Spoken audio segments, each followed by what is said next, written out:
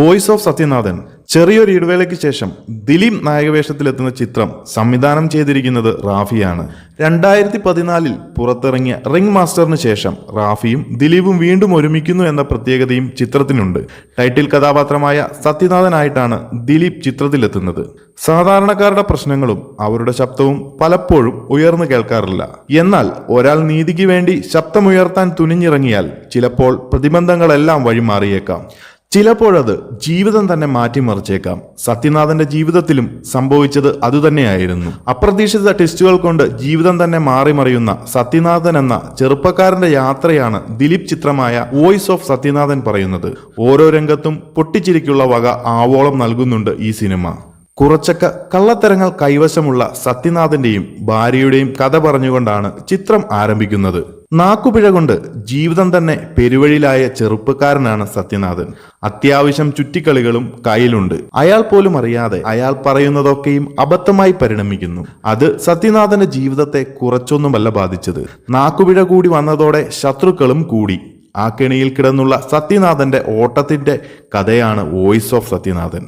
ഒടുവിൽ ആ ശബ്ദം നന്മയ്ക്ക് വേണ്ടി ആയിരുന്നുവെന്ന് ഒപ്പമുള്ളവരും തിരിച്ചറിയുന്നതോടെ സിനിമ അവസാനിക്കുന്നു. ഒത്തിരി പൊട്ടിച്ചിരിപ്പിച്ചും ഇത്തിരി കണ്ണീരിലാഴ്ത്തിയും സത്യനാഥൻ കുടുംബ പ്രേക്ഷകരെ പിടിച്ചിരുത്തുക തന്നെ ചെയ്യും. പതിവ് പോലെ ദിലീപ് തമാശകൾ പ്രേക്ഷകരിൽ കാര്യമായ ചിരി പടർത്തുന്നുണ്ട്. സിദ്ദിഖും ജോണി ആന്റണിയും ഇതിനൊപ്പം ചേർന്നതോടെ പടരുന്നത് നോൺ സ്റ്റോപ്പ് ചിരിയാണെന്ന് മാത്രം. സത്യനാഥനൊപ്പം സിദ്ദിഖിന്റെ തബലവർക്കി എന്ന കഥാപാത്രം കൂടി ഒത്തുചേരുന്ന സീനുകൾ തിയേറ്റർ വിട്ടിറങ്ങിയാലും ഓർത്തു ചിരിക്കാനുള്ള വക നൽകുന്നുണ്ട്. ബാലനായി എത്തുന്ന ജോജു ജോർജിന്റെ കഥാപാത്രവും കഥാഗതിയിൽ നിർണായകമായ പങ്കാണ് വഹിക്കുന്നത്. പ്രകടനം കൊണ്ട് പ്രേക്ഷകരെ പിടിച്ചിരുത്താൻ ജോജു ജോർജിനും കഴിഞ്ഞിട്ടുണ്ട്. വീണ നന്ദകുമാറിന്റെ പ്രകടനവും ശ്രദ്ധേയമാണ്. അതിഥി താരമായി അനുപം ഖേർ, അനിശ്രീ എന്നിവരുടെ സാന്നിധ്യവും ചിത്രത്തിലുണ്ട്. റാഫി സിനിമകളിൽ പ്രേക്ഷകർ എന്നും അനുഭവിച്ചറിയുന്ന ചിരിയും സ്നേഹവും സത്യനാഥന്റെയും മുഖമുദ്രയാണ്. കളികൾ കാര്യമായി മാറുമ്പോഴുള്ള കഥാഗതിയിൽ മുഷിപ്പില്ലാതെ ഹാസ്യം കലർത്താൻ സംവിധായകന് കഴിഞ്ഞു. റാഫി സിനിമകളിലെ സിറ്റുവേഷൻ കോമഡി പതിവ് പോലെ ഉഷാറായി അവതരിപ്പിക്കുന്നുണ്ട്. ജിതിൻ സ്റ്റാൻസിലോവസ്, സ്വരൂപ് ഫിലിപ്പ് എന്നിവരുടെ ഛായാഗ്രഹണം, അങ്കിത് മേനോന്റെ പശ്ചാത്തല സംഗീതം, ഷമീർ മുഹമ്മദിന്റെ എഡിറ്റിംഗ് എന്നിവ സിനിമയെ ആസ്വാദ്യകരമാക്കുന്നു.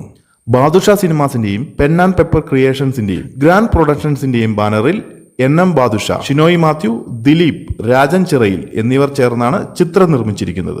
എന്തായാലും മലയാള സിനിമാ പ്രേമികൾക്ക് ചെറിയൊരു ഇടവേളയ്ക്ക് ശേഷം ദിലീപ് സത്യനാഥൻ എന്ന കഥാപാത്രത്തിലൂടെ നല്ലൊരു ചിത്രമാണ് പ്രേക്ഷകർക്ക് സമ്മാനിക്കുന്നത് എന്ന് പറയാം. ഡീഗ്രേഡിങ്ങും നെഗറ്റീവ് അഭിപ്രായങ്ങളും പുറത്ത് സിനിമയ്ക്കെതിരെ നല്ല രീതിയിൽ നടക്കുമ്പോൾ അവരുടെയൊക്കെ വാ അടപ്പിച്ചുകൊണ്ടാണ് സിനിമയുടെ ആദ്യ ദിവസങ്ങളിലെ പ്രേക്ഷക അക്സെപ്റ്റൻസ്. കേരളത്തിലെ ബോക്സ് ഓഫീസ് കളക്ഷനിൽ ഏറ്റവും കൂടുതൽ തുക നേടുന്ന 5ാമത്തെ ചിത്രമായി മാറിയിരിക്കുകയാണ് വോയിസ് ഓഫ് സത്യനാഥൻ. 1,80,00,000 ഗ്രോസ് കളക്ഷനാണ് ആദ്യ ദിനം ചിത്രം നേടിയത്. വാരീസ്, പൊന്നിയൻ സെൽവൻ 2, പഠാൻ, 2018 എന്നീ സിനിമകൾ കഴിഞ്ഞാൽ സത്യനാഥനാണ് കേരള ബോക്സ് ഓഫീസിന്റെ റെക്കോർഡിൽ ഇടം നേടിയത്. അപ്പോൾ ഒരു ചിത്രത്തെ ഡിഗ്രേഡ് ചെയ്യുകയോ നെഗറ്റീവ് പറയുകയോ ചെയ്യാം. ആദ്യം ചിത്രമൊന്ന് കാണുക. അതിനുശേഷം നല്ലതാണെങ്കിലും മോശമാണെങ്കിലും പറയുന്നതിൽ ഒരു അന്തസ്സുണ്ട്. കൂടുതൽ ചിത്രങ്ങളുടെ റിവ്യൂ അപ്ഡേറ്റുകൾക്കായി ചാനൽ മറക്കാതെ ഒന്ന് സബ്സ്ക്രൈബ് ചെയ്യുക.